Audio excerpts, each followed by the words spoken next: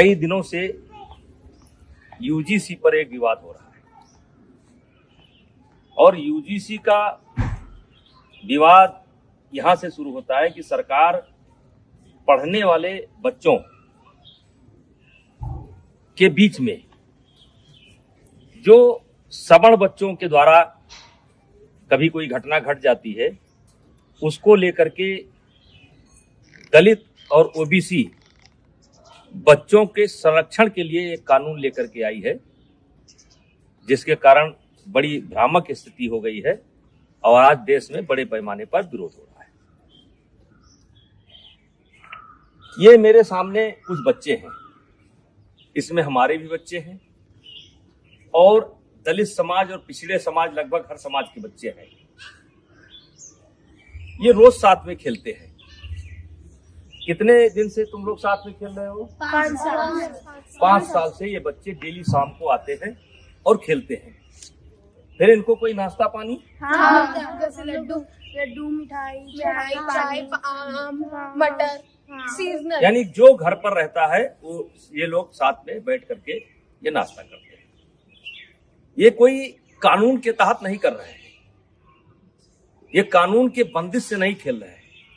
ये हमारी सनातन की परंपरा रही है, हमारे नस नस में है। पंडित दीनदयाल जी ने कहा था कि जो नीचे हैं उनको ऊपर लाना है और यही हमारी सनातन परंपरा है, यही हमारी सवर्ण परंपरा है कि जो नीचे हैं उनके साथ भेदभाव ना करना, ऊपर लेकर के आना। इसका मिसाल ये किसी कानून के तहत नहीं हो रहा है। और आज मैं सरकार से कहना चाह रहा हूं कि समाज कैसे चलता है, ये ऑफिस में बैठ करके समाज को नहीं चलाया जा सकता है। समाज को चलाना है तो गांव आइए और गांव में देखिए कि बिना भेदभाव के, बिना किसी जातीय रंग के एक साथ बच्चे खेलते हैं।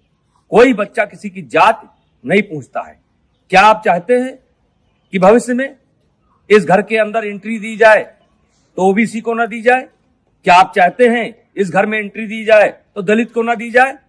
क्या आप चाहते हैं ऐसा आप माहौल खड़ा कर रहे हैं? तो आपसे हाथ जोड़ करके विनती है, इस मामले को वापस लीजिए। और मैं अपील करना चाहता हूं, सवर्ण समाज से अपील करना चाहता हूं कि इसमें संपर्क करिए ओबीसी के लोगों से। ओबीसी समाज के जो समझदार लोग हैं उनसे संपर्क करने की जरूरत है। जो दलित समाज के समझदार बच्चे हैं उनसे संपर्क करने की जरूरत है और उनसे इसका विरोध कराना है, क्योंकि गांव में हम एक साथ रहते हैं।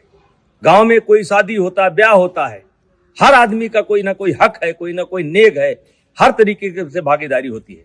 अभी मैंने सनातन कथा कराया, 1 जनवरी से लेकर के 8 जनवरी तक मैंने सनातन कथा कराया और जिसमें सदगुरु रितेश्वर महाराज जी ने कथा कहा।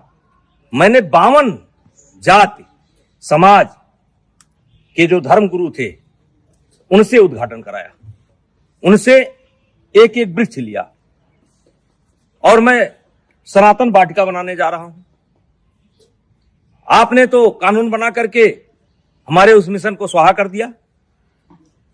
आकर के आइए हम आपको दिखाते हैं कि कौन सा समाज ऐसा है जिसने उस कथा में भागीदारी नहीं की है और सहयोग नहीं किया है। तो ये कोई नई परंपरा नहीं है, ये हमारी सनातन परंपरा है, ये हमारी परंपरा रही है। इसमें कानून की कोई जरूरत नहीं है।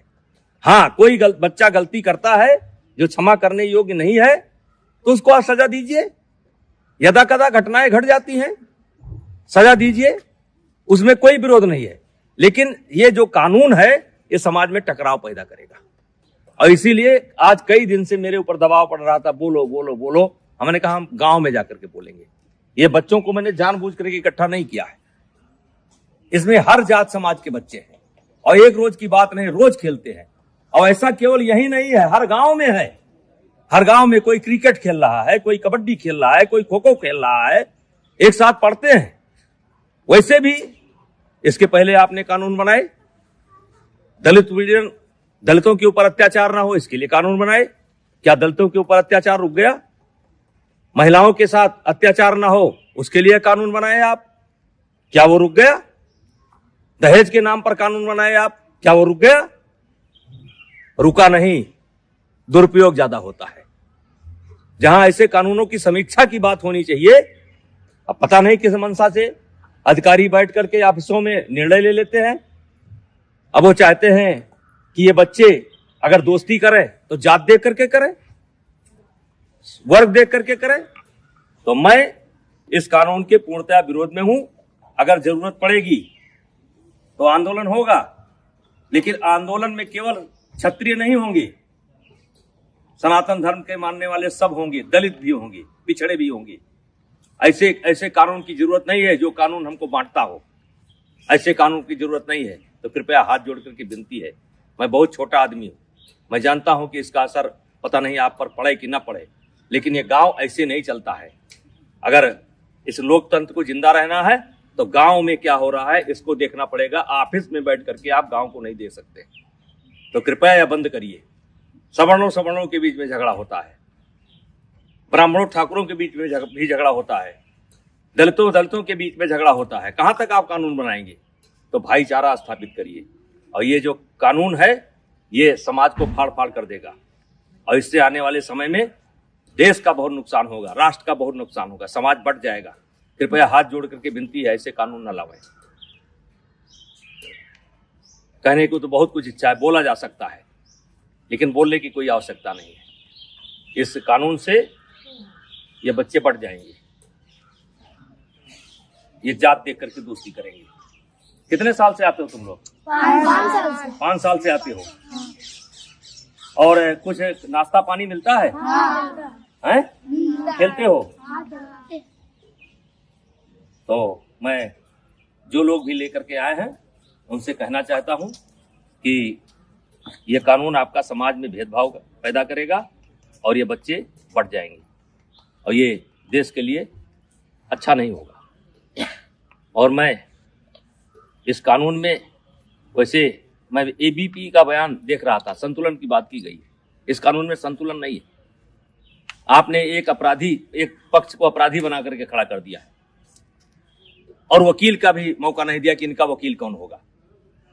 तो जो गलत करता है उसको सजा मिलनी चाहिए, चाहे क्षत्रिय समाज का हो, चाहे ब्राह्मण समाज का हो, चाहे किसी समाज का हो, वो सजा का हकदार है।